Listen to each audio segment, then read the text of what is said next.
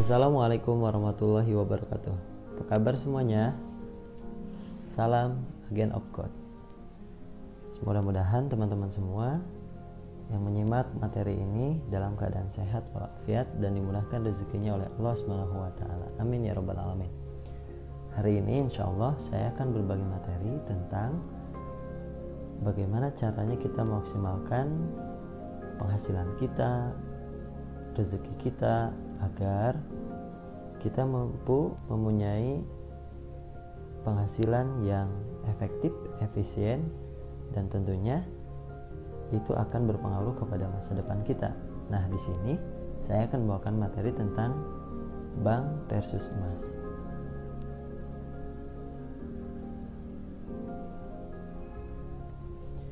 Nah, teman-teman semuanya, kita akan berbicara tentang hitungan menabung di bank dengan di emas.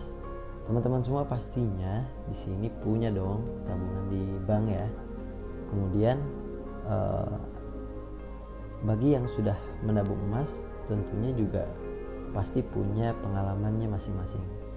Di sini kita akan mencoba untuk sharing bagaimana caranya kita bisa mengkonversi tabungan kita di bank kemudian dimaksimalkan dengan saving, yaitu dengan emas ya.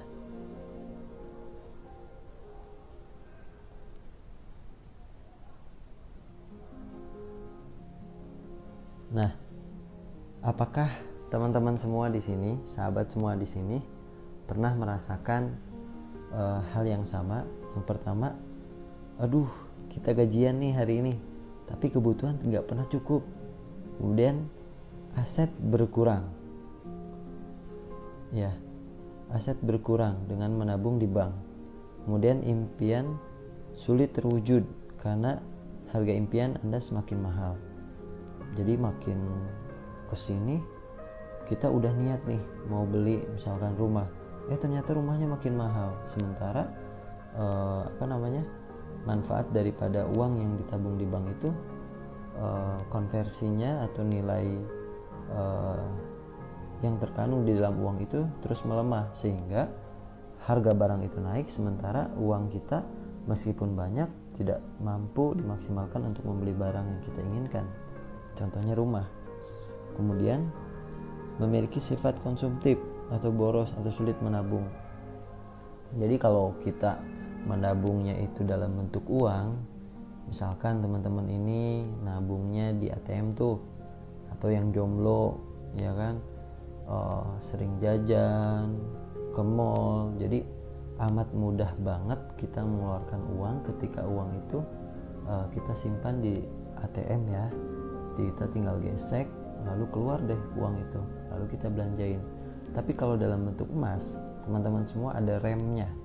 Jadi ketika teman-teman ini mau sesuatu itu, teman-teman berpikir dulu, ini kira-kira aku butuhin nggak? Ini kebutuhannya darurat nggak? Kebutuhan pokok nggak? Kebutuhan yang diprioritaskan nggak? Contohnya kita bisa mengerem keinginan kita untuk bisa mengontrol dan mengarahkan keinginan kita untuk keinginan-keinginan yang sifatnya pokok dan prioritas. Seperti apa? Seperti kita punya impian buat kuliah dan lain sebagainya, atau membeli rumah, atau bahkan meraih impian kita. Lalu selanjutnya, bingung merencanakan masa depan. Tentunya teman-teman di sini saya harapkan punya dong living life-nya, peta hidupnya seperti apa gitu kan. Jadi ketika kita punya peta hidup, kita ingin meraih sesuatu, kita ingin mendapatkan sesuatu, itu akan lebih terarah dan fokus. Oleh karenanya dengan mengkonversikan uang kita ke dalam emas, ini adalah sebuah cara pandang yang bijak, yang mudah-mudahan insya Allah dengan seperti itu sebagiannya kita tabung di dalam bentuk emas, dan itu akan memberikan dampak positif untuk kehidupan kita insya Allah. Nah, materi ini teman-teman semua akan mendapatkan kata kunci. Yang pertama adalah aset konsumen akan terjaga. Jadi insya Allah dengan kita menabung emas, nilainya yang terkandung di dalam emas itu adalah nilainya intrinsik, yang ada nilai yang ada di dalam emas itu sendiri, berbeda dengan uang kertas. Tentunya ketika kita konversikan uang kita, misalkan pada saat 2010 ongkos naik haji sekian juta, tiba-tiba kan sekarang udah 2020 tuh kan udah naik, ya kan? Kemudian biayanya pun akan semakin mahal. Tetapi kalau kita konversikan uang kita ke emas gitu ya, dengan cara menyimpan ke emas, insya Allah meskipun biaya ongkos naik hajinya itu naik, tapi dengan adanya kita menyimpan nilai uang kita itu di dalam emas, maka harga emas itu akan mengikuti harga dunia ya. Jadi tidak rentan dengan inflasi seperti itu teman-teman. Kemudian ini yang juga manfaatnya adalah hasil kerja kerasnya tidak akan sia-sia. Jadi insya Allah akan membawa manfaat, akan membawa efek yang positif buat teman-teman semua yang kerja, yang berdagang, apapun profesinya. Jika dia mengalihkan sebagian daripada uangnya itu ke emas. Kenapa saya sebut sebagian? Karena memang kita juga butuh dong uang gitu ya buat sehari-hari atau lain sebagainya, tapi sisakan selebihnya untuk menabung dalam bentuk emas. Kemudian yang ketiga, membuat impiannya lebih mudah dan cepat tercapai.